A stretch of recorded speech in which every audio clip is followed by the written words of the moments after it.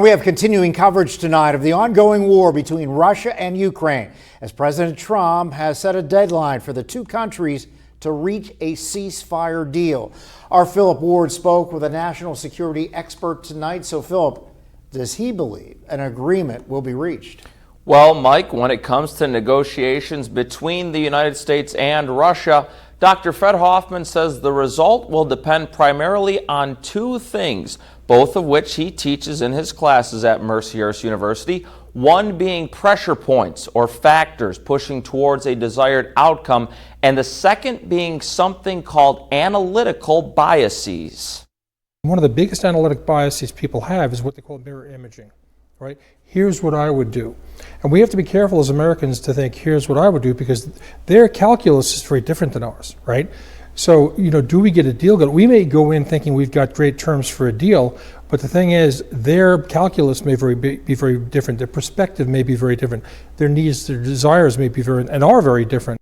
National security expert Dr. Fred Hoffman isn't quite sure if a peace deal between Russia and Ukraine will be reached ahead of Friday's deadline, but he does believe that President Trump's move, ordering 2 nuclear submarines to be positioned close to Russia, is a show of strength. It lets them know that we're not a paper tiger, right? That's what Mao Zedong used to call the Americans, right? The paper tiger. But that, look, hey, there's limits to what we're willing to put up with. And oh, by the way, our stuff works. And if a deal is not done between the two countries by the 8th, there'll be sanctions, but they seem to be pretty good at avoiding sanctions. Well, here's the thing. There's sanctions and there's sanctions, right? There's the sanctions where the European countries say, oh, we're not going to sell to you directly. And all of a sudden, sales to Kyrgyzstan go through the roof and Kazakhstan go through. And it's like, I wonder where that stuff is really going, right? The other thing, too, is Trump very effectively has been hitting India.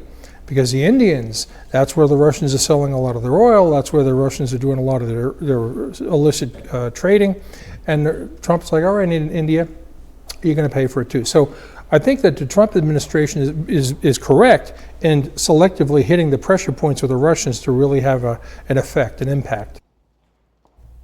And President Trump also indicated that Special Envoy to the Middle East, Steve Witkoff, will be heading to Moscow either Wednesday or Thursday. Now, Hoffman believes he's the right man for the job, as he already has a professional history dealing with Russia. And in response to that move, Kremlin spokesperson Dmitry Peskov said today, quote, "We are always happy to see Mr. Witkoff in Moscow, and that they are, quote, committed to a political and diplomatic solution to the Ukrainian problem." Mike?